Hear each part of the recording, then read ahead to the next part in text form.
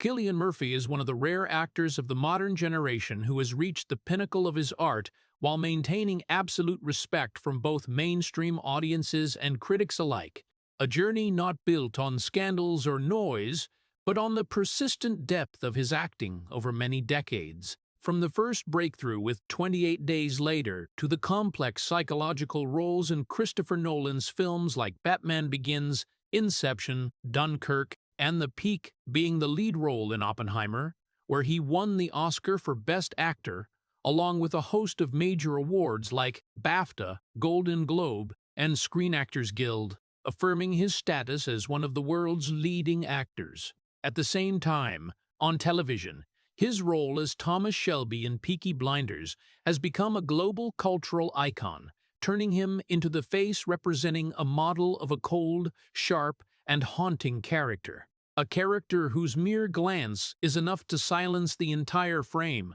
and throughout more than 30 years of working, he has built an almost perfect career, with roles spanning from independent cinema to blockbuster projects. From fragile characters to people with dark inner worlds, all portrayed with a chilling precision, as if he is not acting but truly living in every single moment. And it is precisely that dedication that has elevated him to the ranks of the greatest actors of our time. But behind all those achievements is a reality that few people realize.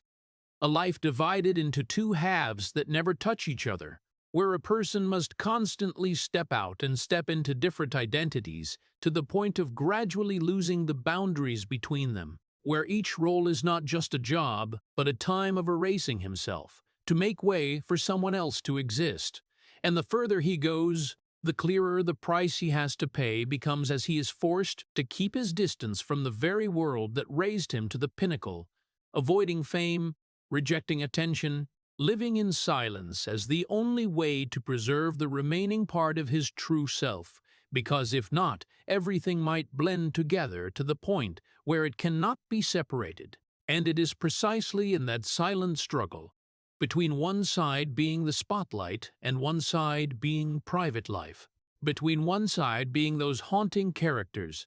and one side being a person who always tries to keep himself from being swept away, that he has continued to walk for many decades without ever stopping,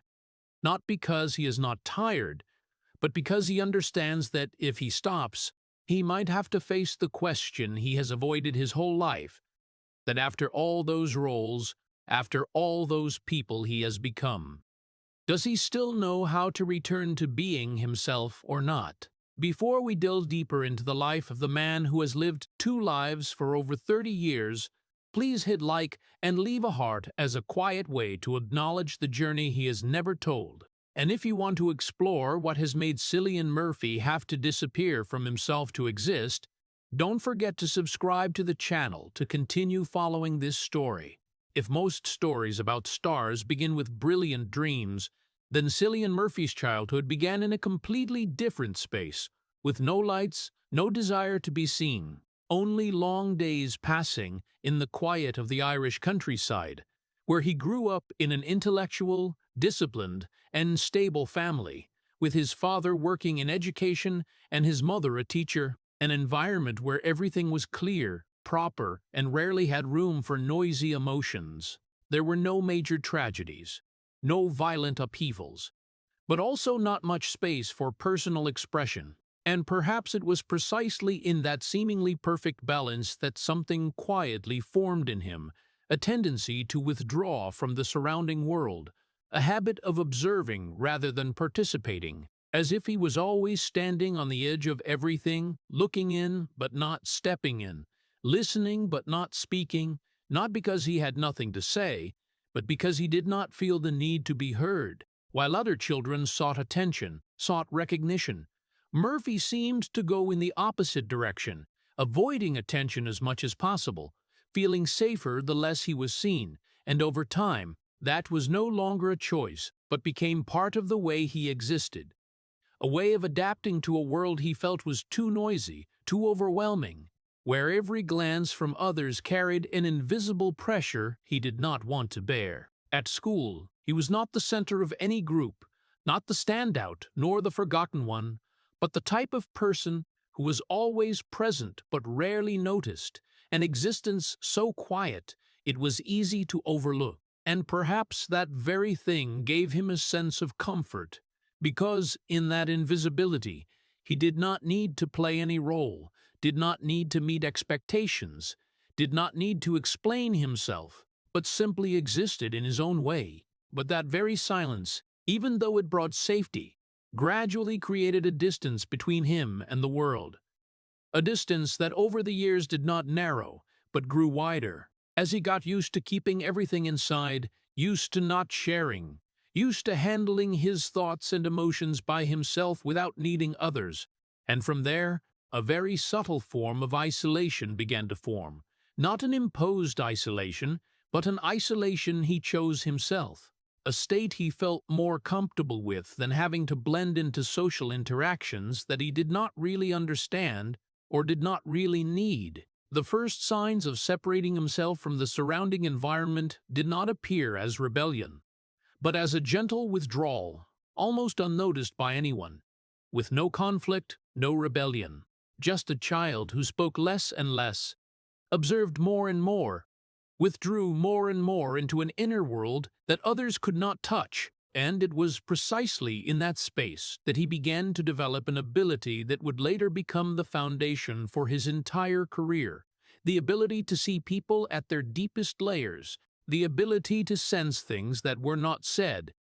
the ability to understand silence, not as an empty space, but as a separate language. But at that time, no one called it talent. No one saw an actor forming. Only a child who was quieter than usual. A child who did not seek attention in a world where everything seemed to revolve around being seen.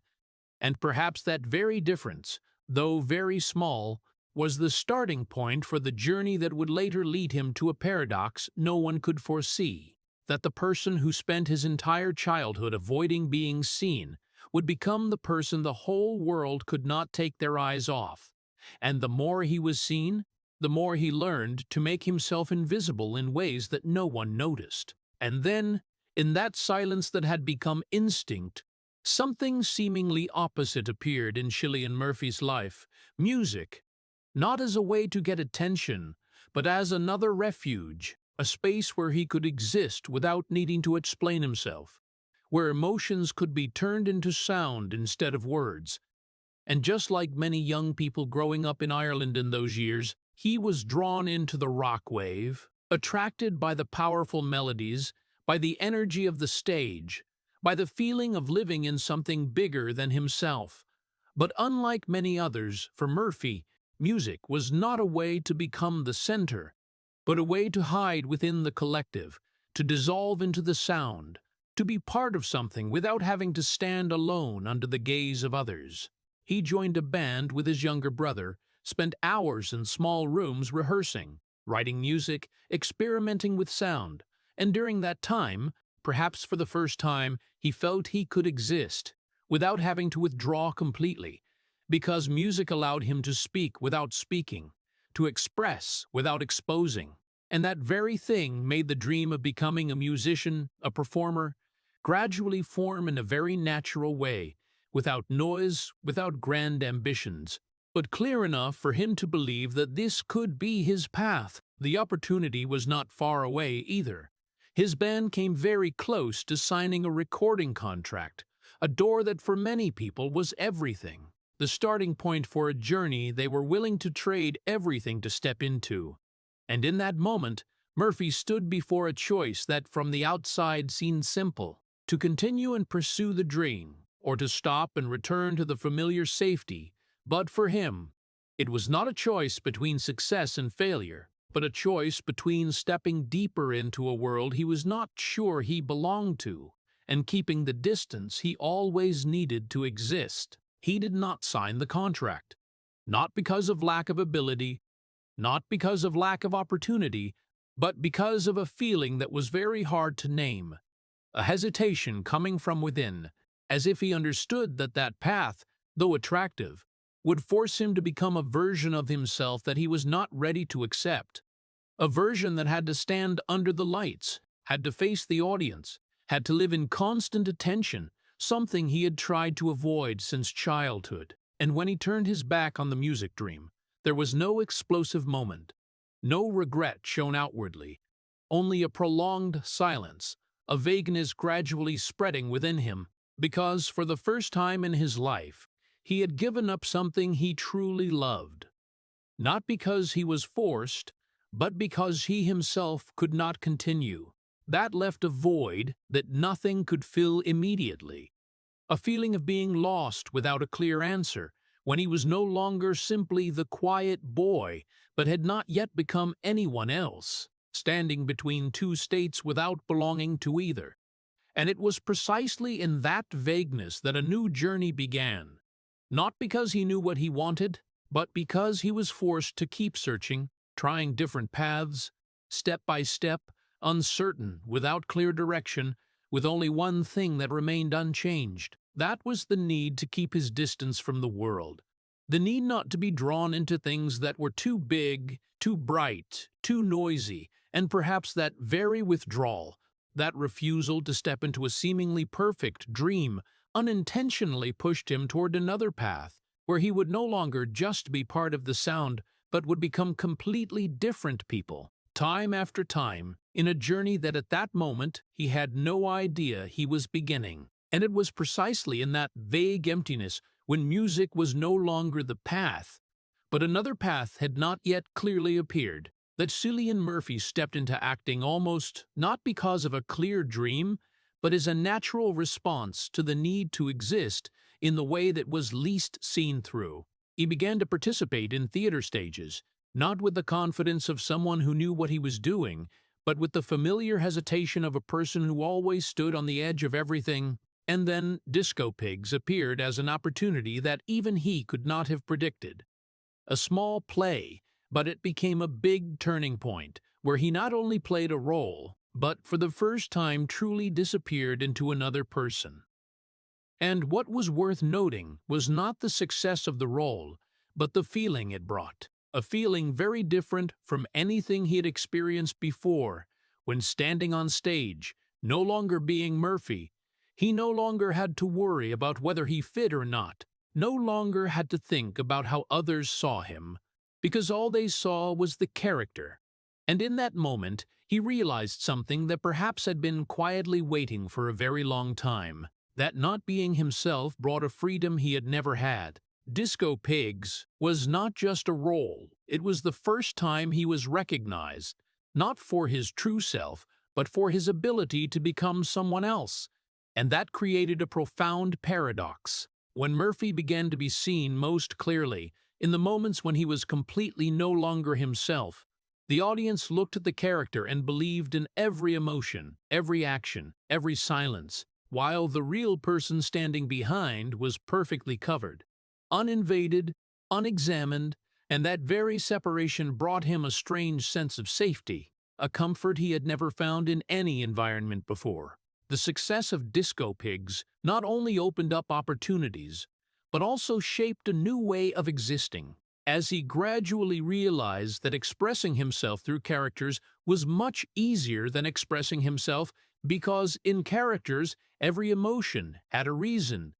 every action had a script, every silence carried meaning, while in real life everything was too chaotic, too hard to control, and sometimes too close to confront. From then on, a habit began to form, not clearly, not named, but becoming deeper and deeper. The habit of hiding behind the roles, the habit of letting the characters speak for the things he did not want or could not say, the habit of keeping the real person always out of reach of others. And this did not happen suddenly, but like a slow process, step by step, each role pulling him a little further from himself, each transformation making the boundary between Murphy and the character thinner, until even he was no longer sure where he began and where he ended. And although that brought success, brought recognition, brought a path he had not seen before, it also at the same time laid the foundation for something deeper and more complex, a way of living in which becoming someone else was not just a profession, but gradually became the only way for him to feel comfortable with himself. a way of existing that would later stretch over many decades. As he continued to step into one role after another, each time more perfect, deeper, but also farther from his true self. And perhaps, right from that moment, when the stage lights of Disco Pigs first shone down, the journey of living two lives had begun for him, without noise, without clarity, but deep enough to change everything that came after. And then, when the doors from the stage opened to cinema, Cillian Murphy stepped into a much larger world where everything was no longer limited to the space of a small theater, but stretched out before millions of audiences, and 28 days later appeared as a turning point that even he could not control the speed of. The film not only succeeded, but also became a phenomenon, taking his name beyond Ireland, reaching international audiences, where that face, that gaze, and that tense silence began to be recognized everywhere, from movie theaters to newspaper articles, from interviews to praises he had never sought, and for the first time in his life, Murphy was no longer a theater actor or a little-known name, but became part of a larger wave, part of what is called fame. But precisely in the moment that many people dream of, a very different feeling appeared in him. Not overwhelming joy, not satisfaction, but an indescribable strangeness, as if everything happening did not really belong to him, as if he was seeing a different version of himself reflected through the eyes of others, but could not recognize who it was, because what the public saw was not Murphy, but the characters he had become. And when the praises poured toward him, they did not touch the real person, but only stopped at the shell he had created on screen. The attention from the media grew more and more. The repeated questions, the analyses, the judgments about talent, about the future, all seemed to be trying to define him in a way he did not feel fit. And the more he was named, the more he tended to withdraw, not because he rejected success, but because he could not find the connection between that success and himself, as if there was an invisible gap between two things that should have been one, between the real person and the created image, between the inner feeling and the outer recognition, and that very gap made him begin to build a clearer boundary, in an unconscious but consistent way, when he chose not to blend into the lifestyle of other celebrities, not to seek presence in noisy events, not to try to maintain a public image in the way the industry usually required, but on the contrary, he kept a distance for himself,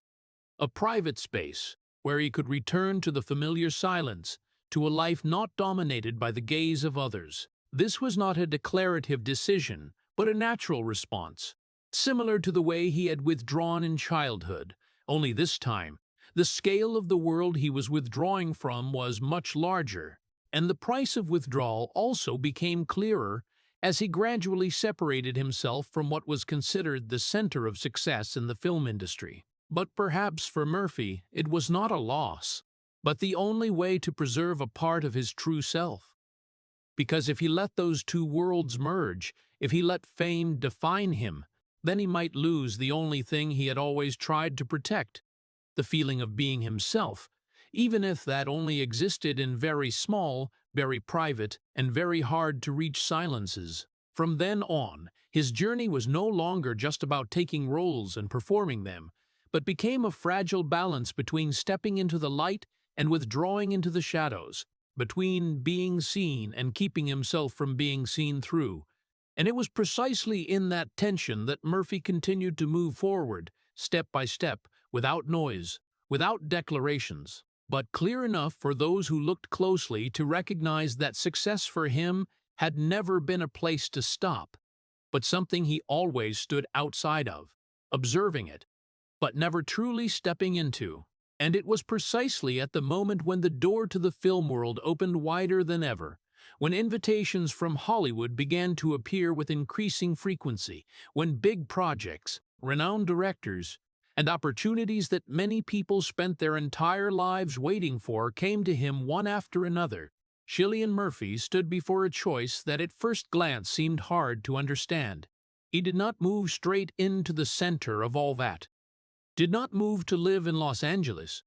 did not build his life around parties, relationships, or image strategies that were considered almost mandatory conditions to survive in this industry, but on the contrary, he chose to keep his distance, chose to stay in Ireland, chose a life where fame was not what defined every day. And that very choice, though quiet, became the clearest starting point for a life divided into two parts that never truly merged into one. One side was cinema, where he stepped into vast film sets, transformed into complex people, worked with big names, became part of stories told on a global scale, where every glance, every gesture was magnified on screen, where he was seen, analyzed, praised, and also placed into molds that this industry always created, while the other side was his personal life, where he returned as a completely different person. Not an actor, not a star,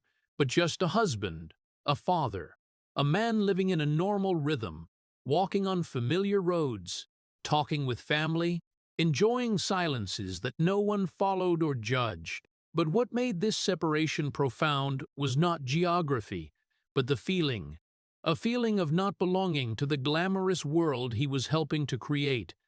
A distance not because he was pushed out, but because he had never truly stepped inside. When he stood in the middle of big events, among people used to being noticed, he still kept a certain distance for himself, did not blend into the common rhythm, did not try to become part of that circle, as if he was observing from the outside, even when he was right in the center of it. And over time, the movement between these two worlds was no longer temporary, but became a repeating life rhythm, a cycle he gradually grew familiar with, flying to film locations, becoming someone else for many months, then returning home, going back to normal life, repeating like that, with no real intersection between those two parts, no point where they merge, and perhaps that very separation helped him exist, helped him not get completely swept into one side, but at the same time also created a gap that over the years became increasingly hard to close. In the rare moments when these two worlds nearly touched, when fame crept into personal life, when roles left echoes that lasted too long,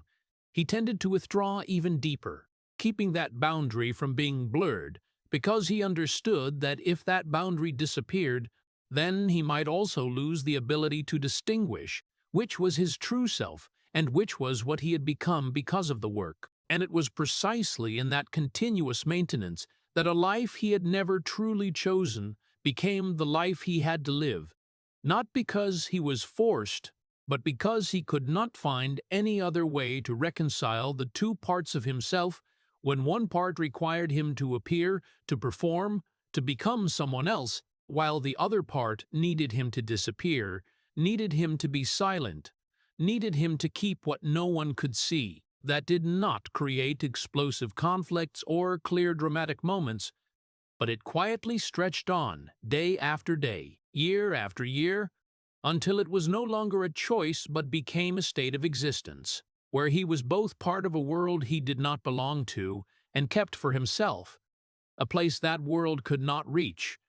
And that very parallel existence, though it helped him continue moving forward, also made him increasingly distant from the idea of a life that could be lived fully in a single form. And it was precisely when the rhythm of those two worlds gradually became so familiar that it was almost inseparable, when Cillian Murphy had learned to move between light and silence without letting them collide, that a relationship appeared. Not noisy, not a turning point in the way the press usually described, but deep enough to change the entire direction of his path for many years afterward. That was his collaboration with Christopher Nolan, a director who not only saw an actor with potential, but seemed to look through the shell Murphy had built over many years, recognizing in him something different, a silence that was not an empty space but a space full of potential, where complex emotions could exist without needing to be displayed. The first time they worked together was in Batman Begins,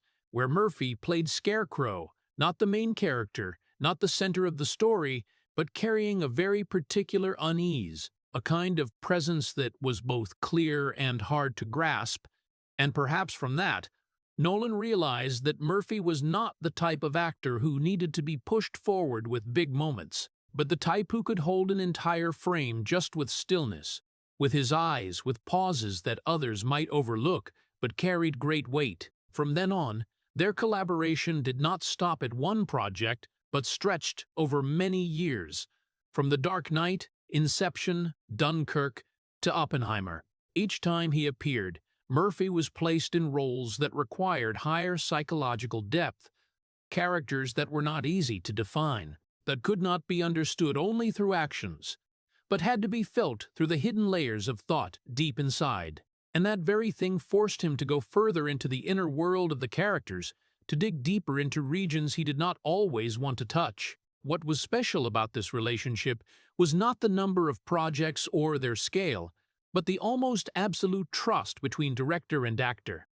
A trust that did not need many explanations. When Nolan gave Murphy roles that few others could handle in the same way, and Murphy responded by committing completely, without holding back, without standing outside, but stepping straight into the world of the character, living in it, carrying it with him, and sometimes unable to fully leave it even after the cameras stopped. With that very process, though it brought excellent roles, at the same time deepened the gap between his true self and the people he became, because each time he dug into the inner world of a character, he also had to touch parts of himself that he had grown used to keeping hidden, thoughts and emotions that in normal life he did not need to face, and when they were brought to light in the form of another character, they became more acceptable to others, but not easy for him to fully separate from afterward. The relationship with Nolan, therefore, was not just a professional collaboration, but became an important axis in Murphy's career, shaping the way he chose roles, the way he approached characters, and even the way he existed in this industry as he became increasingly attached to stories that were not simple, to people who were not clear, to worlds where the boundaries between right and wrong, between real and fake, between person and role became blurred. And in all of that, there was a quiet paradox that existed, that the person who perhaps understood Murphy's abilities best,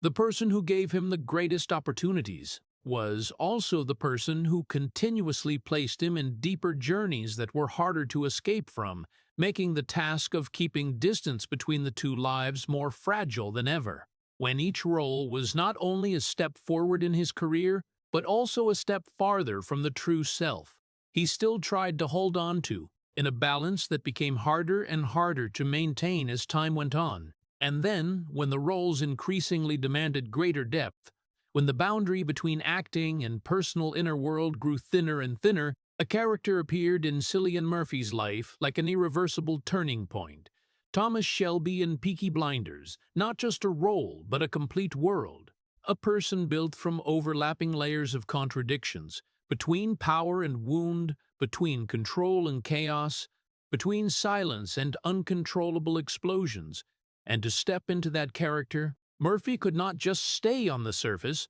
could not just learn lines or imitate behavior. He had to go inside, had to understand how a person like Shelby thought, how he saw the world, how he existed with wounds that were never healed. And that process did not happen in a few days or weeks, but stretched through each season, each year, making the character no longer something that could be turned on and off, but something that became attached to him. While building Thomas Shelby, Murphy changed from the smallest details, the way he stood, the way he looked, the rhythm of his speech, to things harder to grasp, like the coldness in his eyes, the control in every gesture. And gradually those things did not just exist on screen, but began to appear in life outside the frame.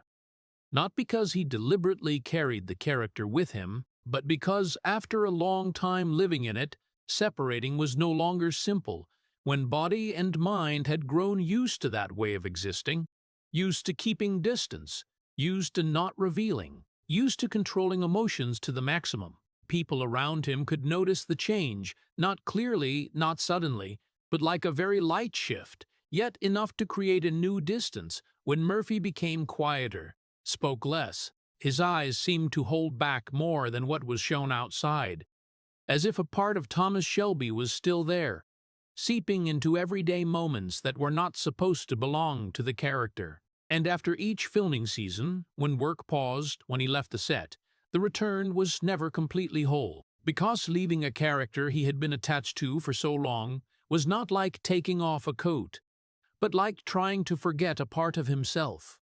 a part that had been nurtured, developed, and repeated over time. And even though he could return to his family, to the quiet life in Ireland, there was always a remaining echo, a heavier silence, an unexplained distance, as if he was still carrying another world inside him that no one could see. This did not only affect his psychology, but also the way he perceived himself, when continuously becoming someone else made the question about his true self increasingly blurred. When the boundary between Murphy and Shelby was no longer as clear as before,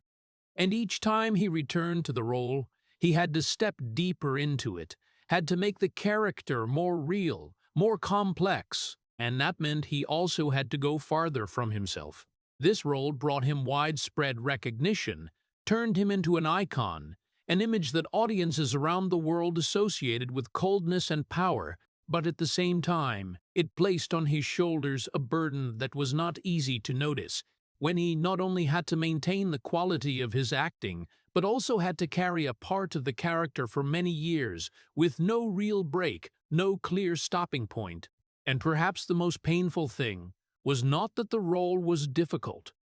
but that it became too familiar, too close, to the point where returning to being himself was no longer a natural state, but a process that required time, required distance, required a separation that did not always succeed. As he continued to walk between two lives, one life where he was Thomas Shelby, and one life where he tried to return to being Cillian Murphy.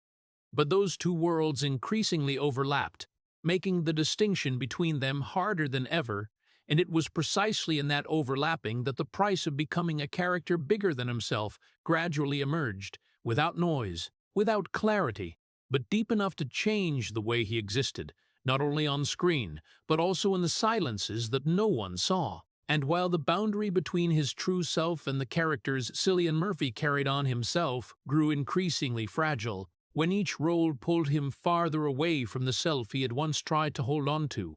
there was still one place that was not drawn into that vortex, a place that did not require him to become anyone else, did not require him to control his gaze or his words, did not require him to carry the complex layers of emotion of any character, and that was family, a space that existed in parallel but served as the only anchor helping him not to drift completely between the two lives he was living. His marriage, which had lasted many years with near absolute privacy, did not appear in the newspapers,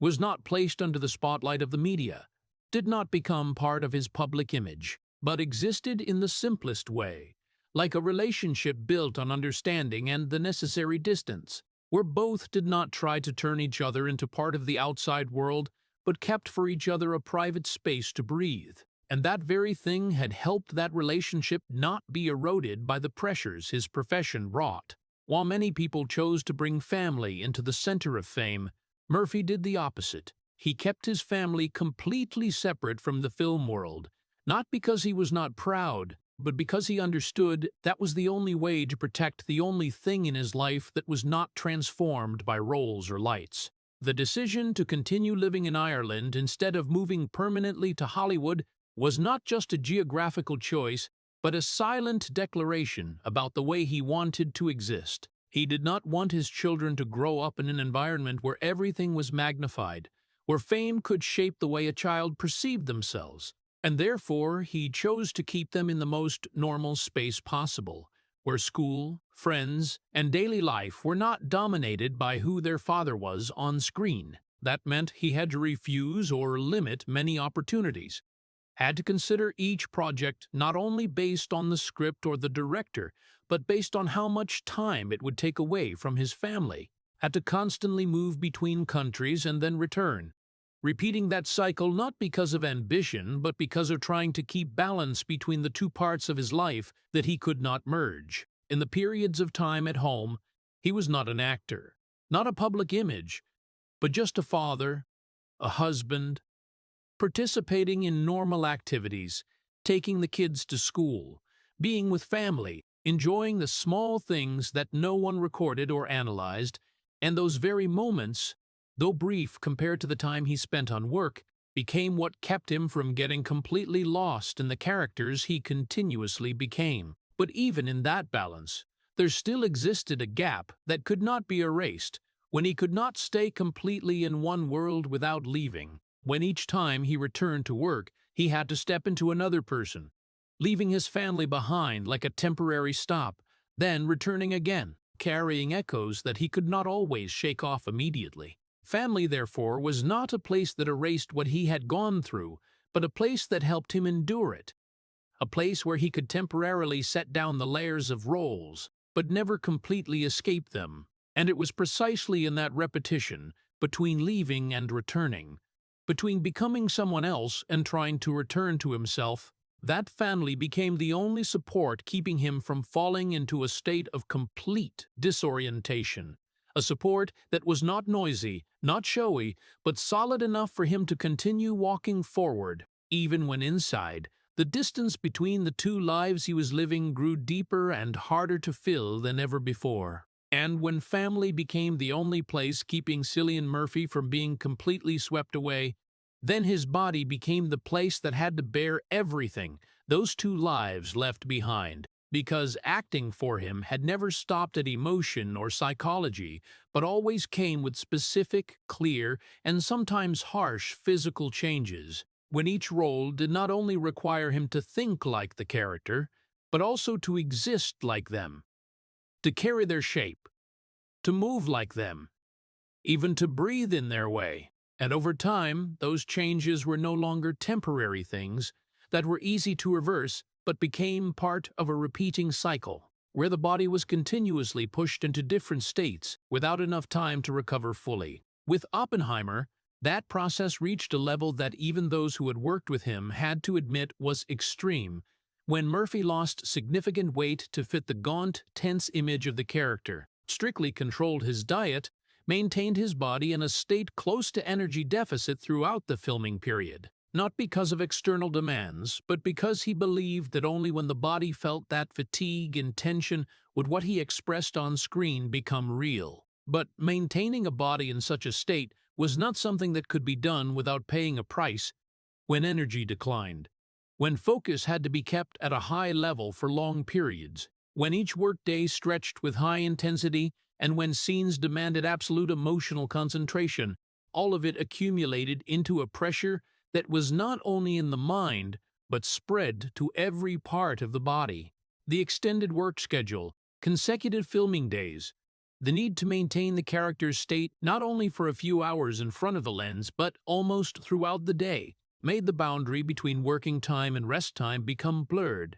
When even in moments that were supposed to be considered rest, he still had to keep himself in a certain state so as not to interrupt the immersion process. And that, repeated across many projects and many years, began to leave signs that were not easy to notice immediately. Not a clear collapse, but accumulated fatigue, little by little. When the body no longer reacted as quickly as before, when recovery took more time, when each new role was not only an artistic challenge, but also a physical burden that had to be considered. That influence did not stop at the physical, but spread to the mental as well, when continuously placing himself in tense states and heavy emotions made the inner balance harder to maintain. When body and mind no longer operated as two separate parts, but influenced each other in ways that were hard to control. A stressful filming day could extend the feeling of fatigue for many days afterward. A heavy role could leave echoes that could not be erased immediately. And it was precisely in that accumulation that one thing became clearer over time, that the price of living two lives was not only in having to share time or energy, but in the body becoming the place that recorded everything that had happened, a place where it was impossible to completely separate the character from the true self, where each change did not completely disappear but left traces, and those traces, though not noisy, not mentioned, still existed quietly as part of the journey he had chosen, or perhaps more accurately, the journey he had continued to walk without ever stopping to ask whether he still had enough strength to continue in the same way or not. And when the body began to carry the invisible traces of many years of continuous transformation, when fatigue was no longer a temporary feeling but became a quiet part of life, Cillian Murphy withdrew even deeper from the world that had built his name. Not as an act of rebellion, but as a natural reflex, similar to the way he had once withdrawn in childhood. Only this time, the world he was staying away from was no longer classrooms or small crowds, but the entire media system, social networks, and the constant gaze of the public, things that had become an inseparable part of modern fame. While many actors of his generation used social media as a tool to maintain presence, to connect with audiences, to build an image, Murphy stayed completely outside, with no personal accounts, no updates, no sharing, as if he refused to step into a space where everything had to be displayed, where privacy almost no longer existed, and that choice, though it made him seem more distant in the eyes of the public, was the only way for him to keep the part of his life from being turned into content. He also rarely appeared at image-oriented events, parties, or red carpets, not directly tied to work, not because he was not invited, but because he did not find a reason to be there. When those spaces required a kind of presence he had never felt comfortable with, a kind of existence based on being seen, being acknowledged, being noticed, things he had learned to avoid from very early on. Even in his rare appearances, he still kept a clear distance for himself, answered interviews briefly, avoided going deep into his private life, did not tell personal stories, did not try to build a relatable image in the way the industry usually encouraged. But on the contrary, he kept everything to a minimum, enough to fulfill work responsibilities, but without opening any doors leading to the true person behind. This was not coldness, but a way of protection, a way to keep the two lives he was living from colliding with each other, because he understood that if he let the outside world step too deep into his personal life, if he let the public image spill into his private space, then the fragile boundary he had built over many years might collapse, and then he would have nowhere to return to. The feeling of not fitting with fame, therefore, was not a passing thought, but a profound realization when he saw the way this industry operated, the way images were constructed, the way people were defined by what they showed on the outside. And he realized that he did not belong to that system, even though he stood at a very high position inside it. And instead of trying to adapt, instead of changing to fit in, he chose to keep his distance, chose to stand on the edge, chose to exist in his own way, even when that meant being seen less, being mentioned less outside of the roles. But that very choice made his journey heavier in another way, when he not only had to balance between two lives, but also had to constantly keep them from touching each other, had to maintain a distance that was not always easy, when the outside world always tried to get closer, when fame always brought attention, when each success made that boundary harder to keep. And in all of that, there existed a quiet truth that he was not only staying away from fame, but perhaps also running from a part of himself, the part that had been created by the lights, by the roles, by what the world saw, a part he did not fully accept but also could not deny. And it was precisely that tension between existing in the industry and keeping distance from it that continued to stretch on, with no clear ending, like a run where the destination was not a place to stop but only a place to continue keeping the distance a little further. And then, when the distance between his true self and the world Cillian Murphy was existing in was maintained more and more tightly, when he had grown used to keeping himself on the edge of fame, a role appeared not only as a career opportunity but as a convergence point of everything he had built over many years. J. Robert Oppenheimer in Oppenheimer, a character not only complex historically but also containing deep inner conflicts that were almost impossible to access if one only stayed on the surface. And to step into this role, Murphy could not keep the distance as before, could not just observe or recreate, but had to step fully inside, had to live in the thoughts, the contradictions, the pressures that the character carried, a process that demanded not only acting technique but nearly total commitment when he devoted most of his time to research, reading, reflecting, and gradually adjusting his lifestyle to match the rhythm of the character. He changed the way he ate, the way he lived, kept his body in a gaunt, tense state. Not only to look the part visually, but to feel the exhaustion Oppenheimer had gone through, so that every movement, every glance did not need to be acted, but naturally emerged as a reaction of a body already accustomed to that state. His time during this period was almost entirely devoted to the role, with not much room left for anything else when every thought revolved around the character. Every energy was poured into maintaining consistency in every detail, and that made the boundary between work and personal life blurrier than ever when he not only brought the character to the set, but also carried it with him in the times outside, like an inseparable part. Those who worked with him could recognize that near absolute focus, a presence always at a high level,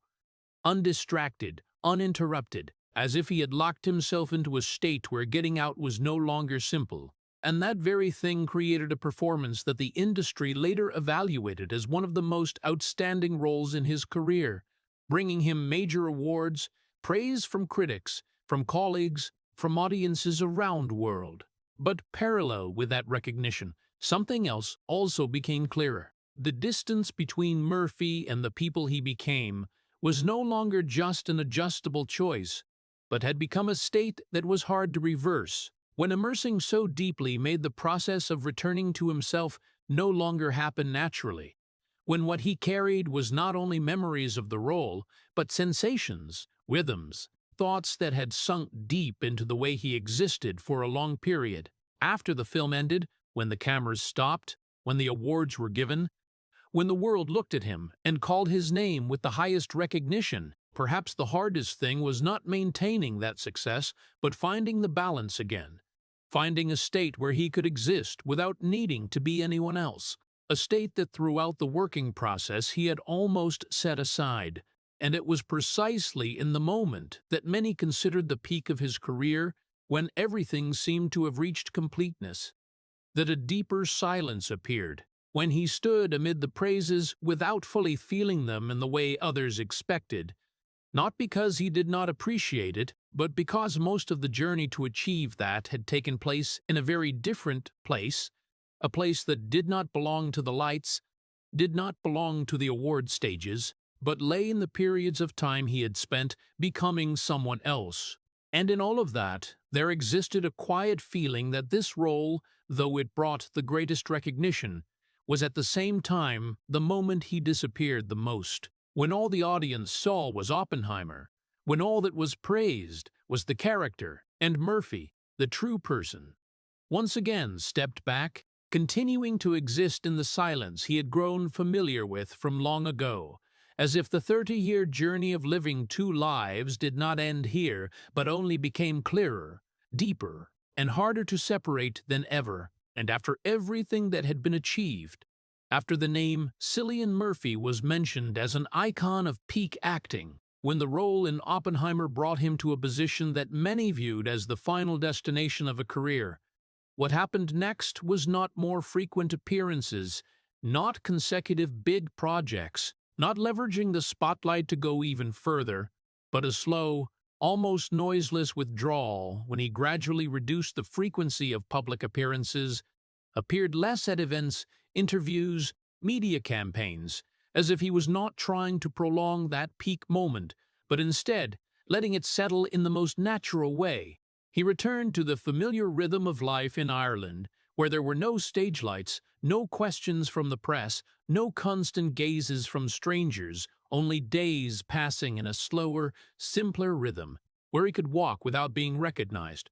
could exist without carrying any previously built image. And it was precisely in that return that a form of quiet he had sought for many years gradually became clearer, not like an escape, but like a necessary pause after a journey that had stretched too long, in a state of never fully being himself. Family once again became the center of life, not as a temporary counterweight to work, but as a conscious choice, when he devoted more time to things that before had often been placed second: unhurried mornings, meals not interrupted by filming schedules, conversations not dominated by work pressure, and in those moments he did not need to maintain any shell, did not need to keep any image, but simply existed as an ordinary person, something that for many might be obvious, but for him had been fragmented throughout many years. The choice to participate in fewer big projects was not a sign of withdrawing from the profession, but an adjustment, a way for him to regain control over the rhythm of his life, no longer letting work define all his time and energy, but setting clearer limits, selecting more carefully, only joining projects that were truly necessary, truly meaningful. Instead of chasing the continuity that this industry usually demanded, that meant he appeared less on screen, was mentioned less in media cycles. But at the same time, it helped him keep the distance he always needed to exist, a distance between work and life, between character and true self, between light and silence. And in all those choices, one priority became clearer than ever: quiet, not complete absence, but a state he could control, where he was not pulled into vortices he did not want, where he could decide when to appear, when to withdraw, when to step into a character, and when to return to himself, even though that had never been completely whole. But even in that quiet, there still existed something that could not be erased, that the two lives he had lived for many years could not simply merge into one, that what he had gone through, the roles he had carried, were still there like inseparable layers of memory. And the silence he found was not the end of the journey, but only another way to continue living with it. Lighter, slower, but still carrying everything that had happened, in a life where for the most part he had not fully lived as a single person. And when the rhythm of life slowed down long enough for the silences to speak, when days without cameras, without dense schedules, without constant gazes from the outside world became more familiar, Cillian Murphy began to look back at the entire journey he had gone through, not as a neatly arranged success story, but as a chain of successive choices, each choice reasonable at the moment it was made, but when placed next to each other creating a picture that was not always easy to understand, a picture divided into two distinct parts, two worlds existing in parallel that had never truly merged into one. One world was where he appeared before millions of audiences, where he became characters carrying pain, power, inner torment, where his eyes could tell stories that words did not need, where he was called one of the greatest actors of his generation, awarded major prizes, recognized by big names in the industry, a world where he was an icon of depth and dedication. But parallel to that was another world, almost opposite, where he lived as a person who did not seek attention, did not build an image, did not try to become the center, where he kept his life separate from what the public saw, where he was a husband, a father, a person existing in ordinary things without needing to be recorded. Those two worlds, though existing at the same time, did not touch each other, did not complement each other in the usual way, but seemed to operate independently, each world with its own rules, its own rhythm, its own way of existing, and Murphy, instead of merging them, learned to move between them, stepping into one, then stepping out, without leaving clear traces at the boundary. The difference between his true self and his public image therefore became more pronounced over time, when what audiences knew became increasingly tied to the characters he had portrayed. With Thomas Shelby, with Oppenheimer, with people built from scripts, while the true person became less and less seen, not because he did not exist, but because he had never allowed himself to become part of the story the public was following. And it was precisely in that separation that a question gradually became unavoidable, not from the outside but from within,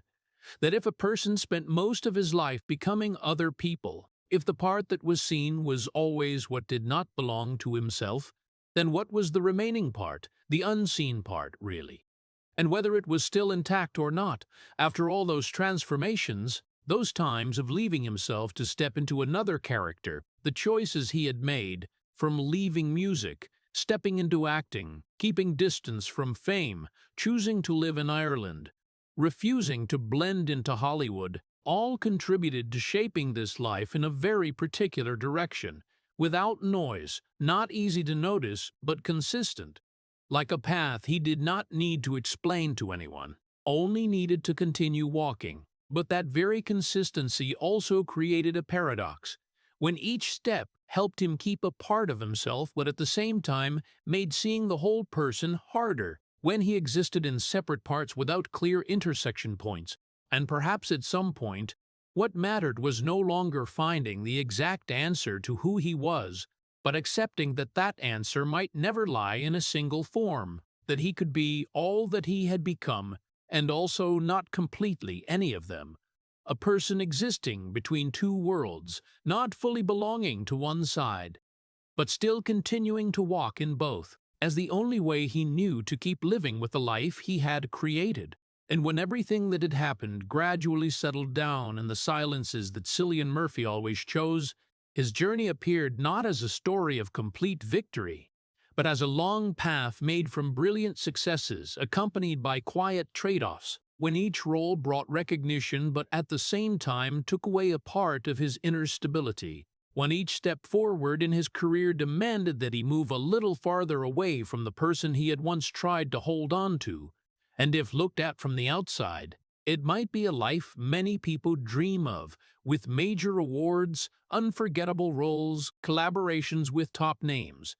But when looked at from the inside, it was a journey that never truly stopped at a point of balance, when the two lives he had maintained for many decades had never merged, had never become a single form that he could fully call himself. He continued to work, continued to step into new roles, not because he needed to prove anything, but because that was the only way he knew to exist in this world, a world he had never fully belonged to but also could not leave, when acting was not only a profession but had become part of the way he understood himself, a way for him to keep moving between the spaces he had grown familiar with, between becoming someone else and trying to return to himself. In all of that, there was a dedication that did not need to be spoken, a commitment to the work that was not driven by fame, by attention, by what others expected, but based on one single thing: the need to make each role as real as possible, even when that required him to go deeper into regions he knew would be hard to return from,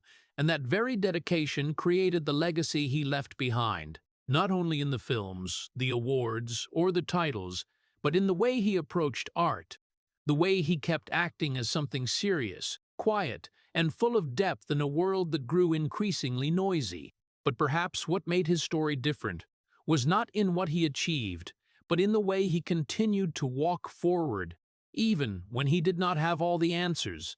when he did not try to merge his two lives, did not try to fully resolve the contradictions that had existed for many years, but accepted them as part of himself, as an imperfect but livable state, where he was both the person who was seen and the person who always kept himself in the shadows,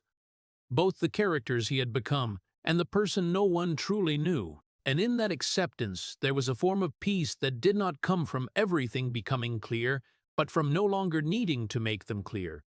When he continued to live,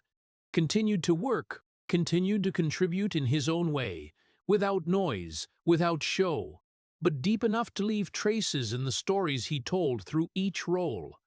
And perhaps that was exactly how he existed, not by finding a final answer to who he was, but by continuing to walk, carrying everything he had gone through, in a life where completeness did not lie in merging everything, but in still being able to continue even when they had never truly become one. The story of Cillian Murphy is not a journey of victory in the familiar Hollywood sense, but a journey that makes one fall silent because of the quiet trade-offs that stretched over many decades, where a person reached the peak with Oppenheimer and the irreplaceable image in Peaky Blinders, but had to pay the price by continuously disappearing from himself, from the Irish boy who always avoided gazes, to the grown man who had to live two parallel lives that never merged into one. What makes viewers feel pain is not a specific incident, but the accumulation of choices, like abandoning music despite having the opportunity, withdrawing from Hollywood to protect his family, or pouring his entire body and mind into roles to the point of exhaustion, all of which show a person who did not chase fame but had to carry its price in a way deeper than anyone realized. And that is what makes up his silent greatness. A person who did not seek perfection, did not try to become the ideal model, but simply persisted in moving forward even without a complete answer about himself. For American audiences, where success is often measured by visibility and control of personal image, this story brings a very different lesson: that not everyone who reaches the peak feels they belong there. That sometimes strength does not lie in conquering the world, but in keeping a part of one's true self amid invisible pressures, and that in a society that always encourages us to become someone, perhaps the hardest thing is not losing oneself in the process. Even though sometimes, like Murphy, we have to accept living with parts that have never truly merged. If the story of Cillian Murphy has touched you, please hit subscribe and leave a heart as a quiet way to walk alongside those who continue to move forward, even though they have never had a complete answer. Thank you for staying until the end, and see you again in the next video, where we will continue to explore brilliant lives full of silences that not everyone sees.